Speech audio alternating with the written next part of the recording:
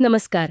आज आपण एका साध्या पण खूप महत्वाचा विचार देणाऱ्या कथेबद्दल बोलणार आहोत. सावध रामू आणि विम्याचं छत्र. ही गोष्ट आहे रामूची, एका लहान गावातला शेतकरी. फार काही मोठं असं नव्हतं त्याच्याकडे, पण मेहनती होता. आणि कुटुंब होतं त्याचं, बायको, 2 मुलं, आई. त्यांना तो सांभाळायचा. रामूने नेहमी एक गोष्ट म्हणायचा की आपत्ती कधी सांगून येत नाही. आणि झालं पण तसंच. गावात एकदा एक विमा एजंट आला. आता गावात कसं असतं माहितीये, तर बरेच जण त्याचं बोलणं टाळत होते. कदाचित त्यांना काय म्हणतात त्याला, खर्चिक वाटलं असेल किंवा गरज वाटली नसेल. पण रामू थांबला. त्याने शांतपणे ऐकून घेतलं. इथे मला वाटतं रामूचा स्वभाव दिसून येतो. म्हणजे बाकीचे लोक टाळाटाळ करत होते, पण हा ऐकायला तयार झाला. यातूनच त्याची ती भविष्याचा वेध घेण्याची वृत्ती दिसते, जी कदाचित इतरांमध्ये त्यावेळेस नव्हती. हा फक्त पैशांचा प्रश्न नव्हता नाही का, तर जोखमीकडे बघण्याचा एक दृष्टिकोन होता हा. बरोबर. आणि त्या एजंटने त्याला एक साधा प्रश्न विचारला. म्हणाला, रामूभाऊ, सगळं ठीक आहे आज, पण उद्या समजा तुमचं काही बरं वाईट झालं, तर कुटुंबाचं काय? आणि हा प्रश्न म्हणजे रामूच्या अगदी मनात खोलवर रुतला. अगदी. त्याने फक्त आजचा दिवस नाही पाहिला, पुढचा विचार केला. हो, कारण हा प्रश्न केवळ भावनिक नव्हता. यात एक संभाव्य आर्थिक संकट दडलेलं होतं.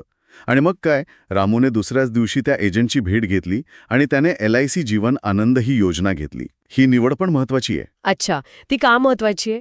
कारण जीवन आनंद ही एक प्रकारची एंडोमेंट योजना आहे. म्हणजे यात विमा संरक्षण तर आहेच, पण सोबत गुंतवणुकीचा किंवा बचतीचाही भाग असतो. म्हणजे एकाच पॉलिसीत 2 गोष्टी साधल्या जातात, सुरक्षा आणि बचत. ओ, म्हणजे केवळ मृत्यूपश्चात मिळणारी रक्कम नाही, तर एक प्रकारची बचत पण त्यात होती. अगदी. हे खरंच त्याने कुटुंबाच्या भविष्यासाठी उचललेलं एक महत्वाचं पाऊल होतं. पण मग काही वर्षांनी दुर्दैवाने एका अपघातात रामूचं निधन झालं. कुटुंबावर तर आभाळच कोसळलं. हो, आणि अशा वेळेस काय होतं की अनपेक्षित धक्का बसल्यावर कुटुंब अनेकदा आर्थिकदृष्ट्या पूर्णपणे कोलमडून जातात. हे आपण पाहतोच. पण रामूच्या बाबतीत म्हणजे तसं नाही झालं. त्यांनी जी ती विमा योजना घेतली होती, त्यामुळे कुटुंबाला एक मोठा आर्थिक आधार मिळाला. अच्छा. मुलांचं शिक्षण नाही थांबलं, घरचा खर्च चालू राहिला. म्हणजे जी भीती त्या एजंटने बोलून दाखवली होती, हो ती दुर्दैवाने खरी ठरली. हो पण रामूने वेळीच जो निर्णय घेतला होता ना, हो, त्यामुळे त्या संकटाची तीव्रता खूप कमी झाली. बरोबर. आणि गंमत म्हणजे जे गावकरी सुरुवातीला विमा टाळत होते, हो तेच आता रामूच्या दूरदृष्टीचं कौतुक करू लागले. हो ना.